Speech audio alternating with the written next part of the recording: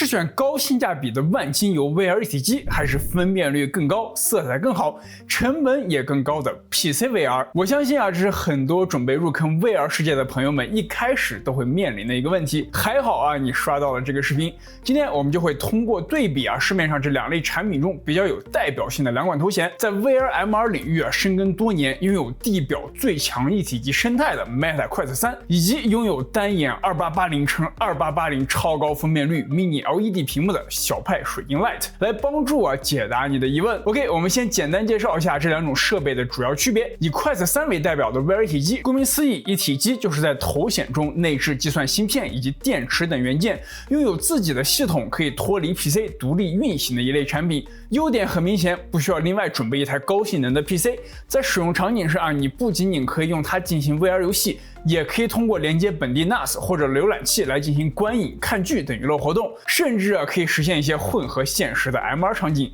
但是由于移动芯片的性能限制呢，一体机的游戏画面通常是要弱于 PC VR 的画面，毕竟物理还是存在的嘛暂时。当然，由于串流技术的发展，一体机也可以通过串流来游玩 PC 的 VR 游戏。这个咱后面再详聊。可以说像 Quest 3这样的一体机产品是实打实的全能类 VR 头衔，但是在性价比高的同时他们对于成本的控制较为严格，通常使用的屏幕素质相对一般，毕竟是属于走量的产品像这款 Quest 3呢，它的价格在499美元，人民币约为3600元，加上一些我个人认为的必备配件，大概是4000元左右。而高端 PC VR 头衔呢，则是需要搭配至少中高配的 PC 才能够流畅运行的一类产品。他们的目标就只有一个，尽可能提供更好的显示效果与沉浸感，所以一般呢会使用更高分辨率、色彩更好的屏幕，但是相对的价格也更高。比如这台小派水晶 Lite 为887美元，人民币为6886。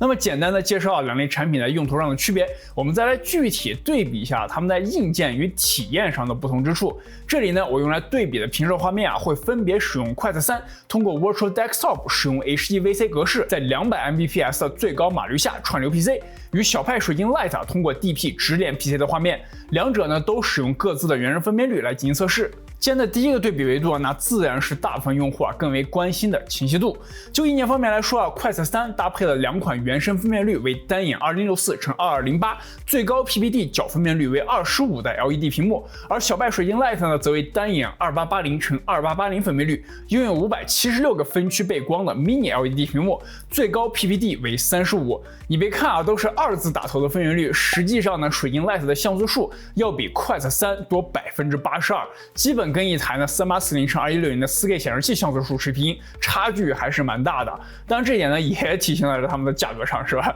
在实际使用中呢，虽然 Quest 3相比2代已经有了很大的提升，但是仔细看还是能够看出一些屏幕上的晶格。而水晶 Lite 得益于更高的分辨率已经很难看到这类纱窗效应了。如果用显示器来作为类比的话， Quest 3的实际观感大概相当于 1080p 显示器的效果，而水晶 Lite 则处于 2K 到 3K 间这样。同时它拥有分区背光的 Mini LED 屏幕，对于画面对比度上的提升也是非常明显。单眼近600个分区背光已经快接近 OLED 的效果了，整体画面的色彩很出色，在玩游戏时呢能够带来非常沉浸的体验。而 Quest 3这方面就略微逊色一些，毕竟是普通 LED 黑色部分呢依旧是会发光，游戏中的夜晚场景看上去会比较糊。然后之前咱也提到过就是 Quest 3这类的一体机可以通过像 Virtual Desktop 或者自家的 MetaLink 来有线或者无线串流 PC 游玩 PC VR 游戏。虽然很方便但是串流会对画面有一定的压缩，同时伴随着编码、解码以及网络所带来的延迟，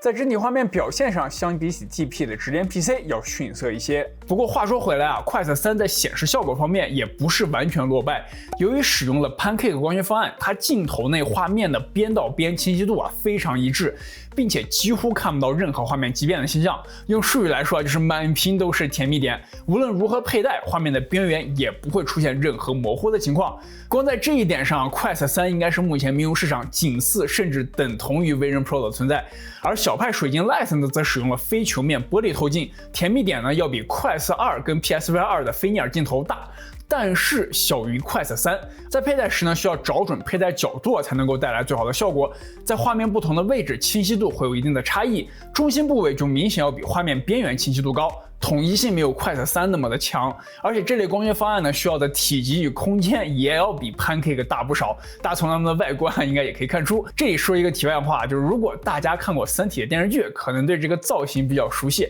没错啊，《三体》中汪淼就是使用小派的另一款头显来游玩《三体》游戏的。另外，你别看小派的体积这么大，在我的测试中 ，Quest 3跟水晶 Lite 的 FOV 非常接近。我知道这点就是比较因人而异。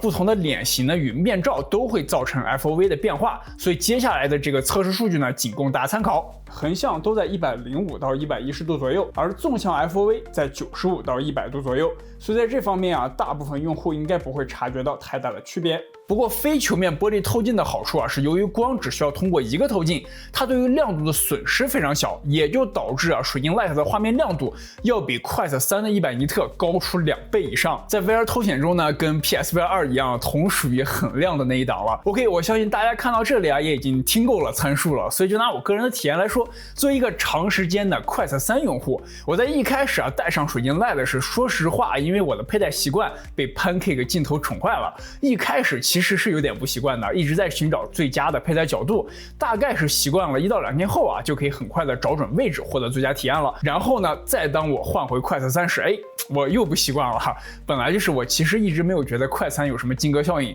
但是现在一下就感觉很明显了。再加上它的 LED 屏幕较为平庸的对比度就更加加剧了这个落差感。我就是寻思，我以前也没觉得Quest 3画面不好所以说呢，就显示效果上两者属于是各有优势，但是总体上水晶 Lite 的画面表现还是要强于Quest 3不少的。在佩戴舒适度方面这里分为2种情况。如果按照出厂配置比较，那么Quest 3由于 Meta 对于成本的控制自带的这个绑带，它的舒适度真的是极差。我推荐所有Quest 3用户入手它的第一件事就是把这玩意儿扔掉，换一个第三方的头戴。比如我目前正在用的是波波 VR 的 S3 Pro， 然后还有像 AMVR、KV Design 等都是我常用的配件厂商。然后换了第三方头戴的Quest 3呢，我认为舒适度是要持平，甚至略高于水晶 Lite 的。重量方面，Quest 3根据头戴的不同，从默认绑带的515克到我目前使用的波波 VR S3 Pro 的1068克，水晶 Lite 默认则为964克左右。这里你别看数字挺大，但是由于优秀的前后配重，基本上两者我都是可以连续佩戴3小时以上，不会感觉到明显不适的类型。不过话说回来小派也是有自家舒适头戴跟加厚海绵面罩可以升级的。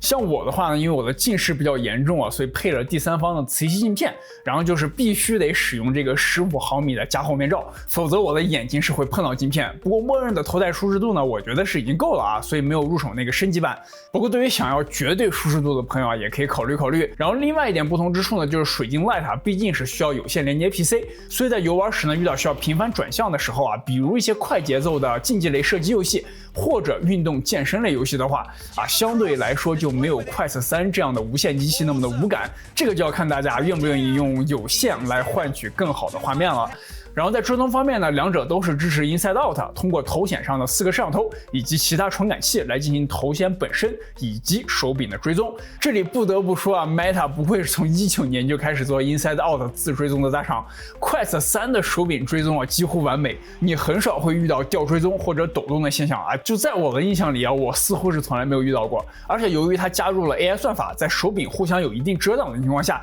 依旧可以通过传感器以及 AI 预测来提供很好的追踪。除此之外呢 ，Meta 3也是支持完全脱离手柄的手势追踪，进行日常的一些简单操作完全没有问题。而水晶 Lite 的 Inside Out 的追踪呢，总体上还是不错的，在我过去1个多月的使用中，没有出现过什么特别影响使用的问题。像节奏光剑这类对于手柄追踪比较看重的游戏，也都是可以完美游玩的。但是我发现在部分需要将手柄拿得很近的场景，比如说双手持枪瞄准时，由于较靠前的手柄部分被后面的手柄遮挡住了，它就会造成一定的抖动。不过好消息是呢，水晶 Lite 除了 Inside Out 自追踪以外，同时也支持通过 Valve 灯塔基站追踪的方式。如果你之前是 Index、Web 或者部分 Windows MR 头显的用户，家里已经有了一套基站那么可以通过购买一个小派的 Lighthouse 面板外设，就可以通过基站来追踪小派水晶 Lite 了。这里你甚至也可以使用 Valve Index 备受好评的直虎手柄